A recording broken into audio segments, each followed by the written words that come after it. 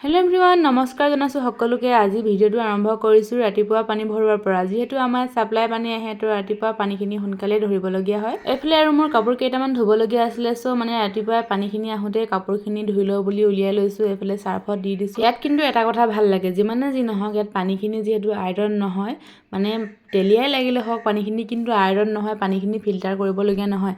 আমাৰ সেইফালে মানে আমাৰ ঘৰত যিহেতু পানীখিনি আইৰণ, সেইকাৰণে কাপোৰ ধুবৰ কাৰণে পানী ফিল্টাৰ কৰিব লাগে, মানে অকণমান প্ৰব্লেম হয়। আৰু মই যিহেতু এতিয়া ৰুমত অকলে আছোঁ, বা আৰু ভণ্টিহঁতৰ এক্সাম শেষ হ'ল, মানে আমাৰহে এতিয়া অকল এক্সাম হৈ আছে, তো বাহঁতি ঘৰলৈ গ'ল।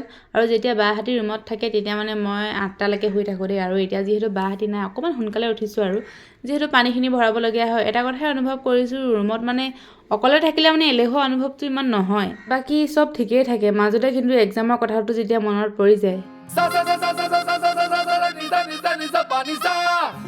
কি ভাবিছে নেকি আপোনালোকে মই ইমান টেনশ্যন লৈ থকা মানুহ বুলি? মানে টেনশ্যনখিনি এফালে থৈ কিনে মই মোৰ কামবোৰ কৰি যাওঁ। এইফালে আকৌ কাপোৰখিনি খচি থাকোঁতে পানী যাবৰে হ'ল, আৰু পটাপট মানে কাপোৰখিনি আৰখলি লৈছোঁ।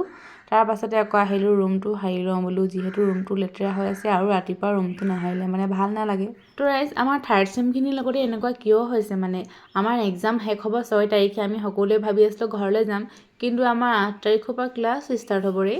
কি যে জীৱন, ৰাম ৰাম, সেয়াই কয় নহয়, ভবা কথা নহয় সিদ্ধি, বাটত আছে কণা বৃদ্ধি। বাৰু আমি ভাবিছিলোঁ আজি জবা ফুলৰ পাত লগাম, কিন্তু এইটো লগামেই আকৌ দেই। তাৰপাছতে আমি এইফালে মানে হোষ্টেলতে যিহেতু আমাৰ জবা ফুলৰ পাত আছিলে, জবা ফুলৰ গছ আছে, আৰু আমি পাত ছিঙিলোঁ, ফুল ছিঙিলোঁ। তাৰপাছতে আমলখি কাটিলোঁ, মিক্সিত ভালকৈ মানে মিহি কৰি পিচি, তাৰপাছতে প্ৰথমতে লগৰকেইজনীক লগাই দিলোঁ, তাৰপিছতে মোকো লগাই দিলে তাহাঁতি। তাৰপিছতে আজি মানে আমি হেয়াৰ কেয়াৰ কৰিছোঁ। তো আজিলৈ ইমানতে সামৰিছোঁ। Bye bye, thank you for ৱাচিং।